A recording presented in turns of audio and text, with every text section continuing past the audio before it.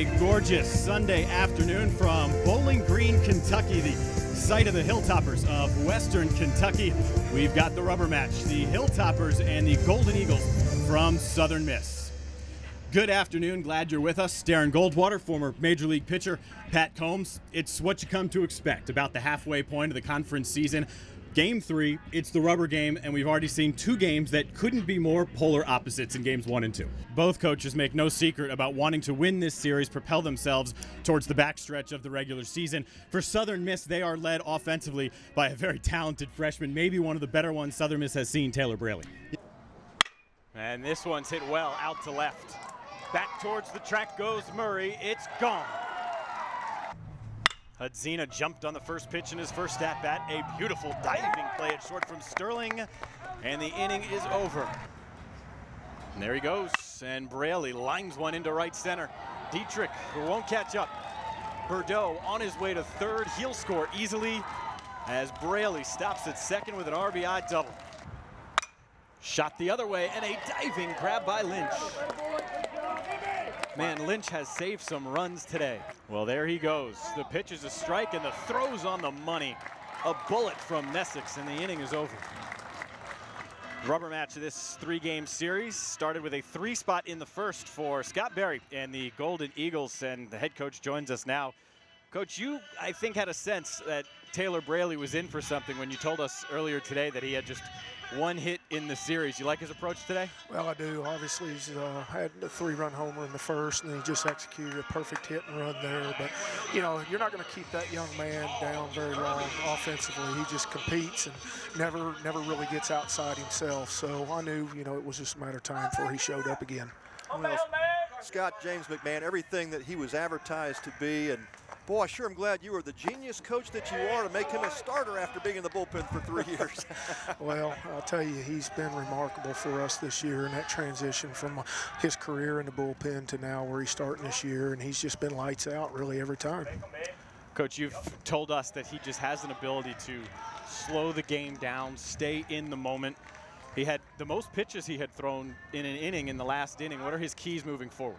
Well, I think just continue to sink the baseball and work that breaking ball off from that fastball. And, you know, he the first baseman for them had a big at-bat, extended his at-bat, and ran those pitches a little bit further than we want. But, you know, James, like I said, he's in control of the game, and he has got a great pace all the way through. Coach, we appreciate you taking out the time in the middle of the game. Good luck the rest of the way. Thanks, guys. Scott Berry, the 6th-year head coach of the Golden Eagles, in a pretty comfortable spot right now, Pat. Up 5-0 with his ace and the potential of that bullpen, which now looks like it may get going soon. A couple of players running down that way. No, he feels good about the lead, I promise you. But, you know, as a good coach would tell you, they're never comfortable until the 3rd out is made. So he's still nervous down there in that dugout. And they've got the bullpen scurrying here. McMahon, a little bit uncharacteristic, a couple of walks to lead off the last couple of innings. He's starting to labor a little bit, had a 21-pitch inning last inning, and just not as sharp as he had been the first 3 innings of this game. 3 relievers just ran down into the right field bullpen, Lowry and Johnson among them.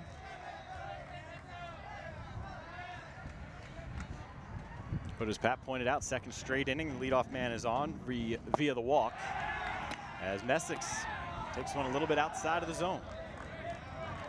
You know, you're 6-0, you got a 1.22 ERA, and sometimes, Darren, just get a little bored out there. You know, you want a little competition, a little challenge, and I'm sure McMahon's not trying to walk guys, and he looks a little bit frustrated.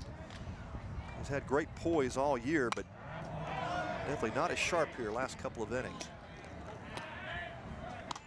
He has said this year that he doesn't want to get complacent. Those are his words. And when people text him good luck or text him congratulations after a good performance, it's not that it doesn't mean anything, but in the grand scheme of things, it doesn't. He tries to block all of it out and really go pitch by pitch. And not even inning by inning or hitter by hitter, but literally pitch by pitch and just stay in the moment. Well, you're right. And that's part of the character, the makeup of who he is. And he has done such a great job of maintaining command, as you said it, pitching in the moment. And there's a lot to be said for not looking ahead or looking behind you, but really staying in that moment. Sterling knocks it down, can't make the play. And a rare error from Southern Miss. And their anchor at short, Sterling, has 2 aboard and nobody out here in the 5th. Well, you're right, Darren. You don't see that very often. The Southern Miss defense, well known for .972 fielding percentage, and a rare error by Sterling, who had made a tremendous diving play 2 innings ago to get an out, but that one a little bit more routine. Almost could have been a double play type ball. Not able to get a handle on it. It's the first error in league play for Sterling, and just his 4th of the year. Well, the situation here now with the Hilltoppers at 1st and 2nd, you could say, you know, 5 runs down, you need a big inning, so let's go ahead and let Clarkson swing. I'd not be surprised if Coach Matt Myers has him bunting here to try to at least get that 0 off the scoreboard, put runners in scoring position. He takes ball 1. This is the spot that they like Clarkson in. They've got the option to bunt. They also know he handles the bat so well. Myers said since he's been dropped down to the 9 hole, he'd bet he's hitting 400 since he's been there in his career. No, that's right. He's like having a number 3 guy at the bottom of your order. And he lines one into left. It's a base hit. Rounding third is Murray. He'll score. And the Hilltoppers are on the board. Well, Mr. Clutch leaves Clarkson, and he does it again. Has somehow just been nails with runners in scoring positions for the Hilltoppers, and look what he does again. Takes a hard slider down and in and drops the bat head of the bat. Pokes that ball at the left field, but yeah, not an easy pitch to swing at, and he drills it. It's a little bit of trouble here for James McMahon. No out still. And Mike Federico is out for a word with McMahon.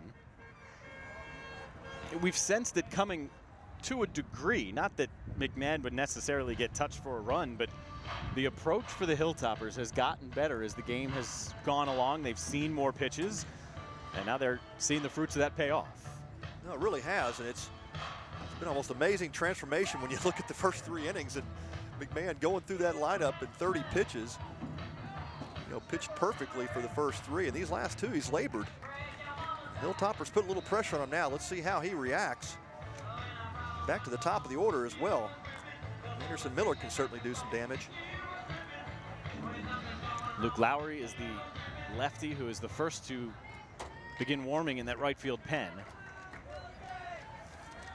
And if you remember, Anderson Miller in the first drilled one out to left center field. It ended up as a loud out.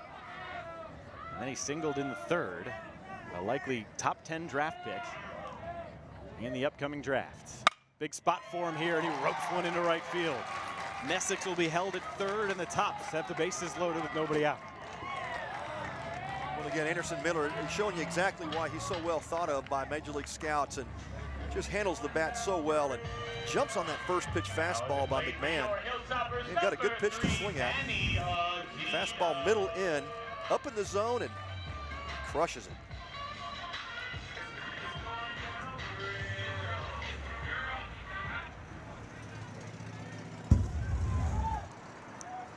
Up until this inning, Western Kentucky didn't have a base runner reach second base. Now they've got a run and the bases loaded with nobody out, and Hudzina at the plate. I sure like Danny Hudzina. He has been a huge addition for Western Kentucky. JUCO transfer, and he is a great athlete, battling some stiffness in his back, but you could tell by the way he's playing third base, and he has also been swinging the bat extremely well. Lines one into center, but right at Barron.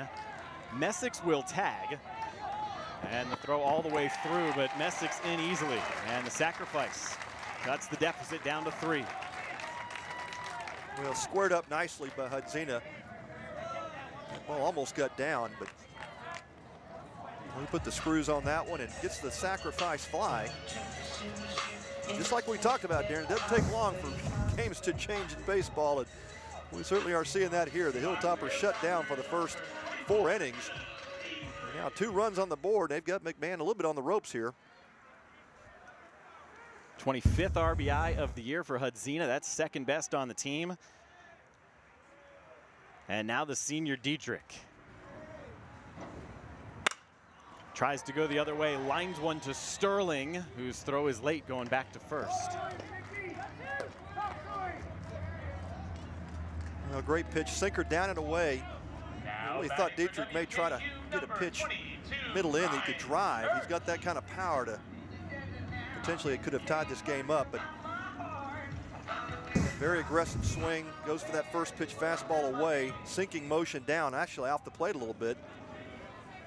Just not enough bat on the ball to get it by Sterling at short.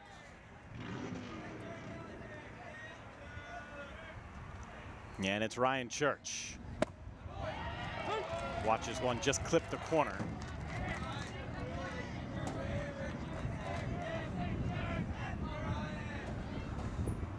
Inning started with a walk and an error. And now McMahon trying to battle his way through, only giving up 2 runs. That's knocked down at first by Lynch, but Lynch isn't able to make the play. And the base is loaded once again. Well, great diving stop by Tim Lynch at first base. If he doesn't get that ball's in the corner. Easily could have been 2 RBIs for Ryan Church. Watch the replay here. Great job by the camera work in center field. And boy, Lynch gets down, gets dirty, knocks it down, can't make the out. But boy, he keeps something from actually exploding for the Hilltopper offense there. That ball could have gotten down in the right field corner and caused all kinds of issues. Hey, it's a base hit, but if not for Lynch, this could very well be a 1-run game.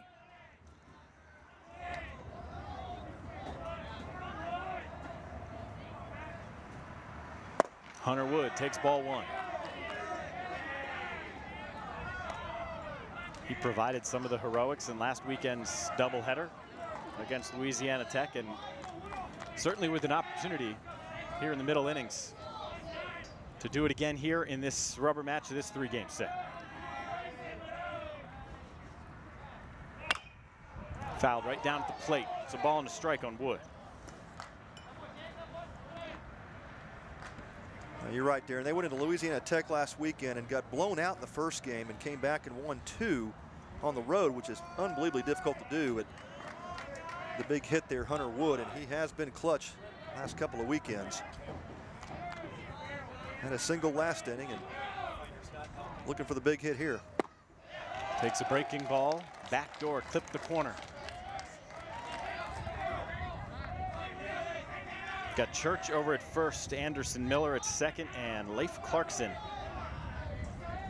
over at third.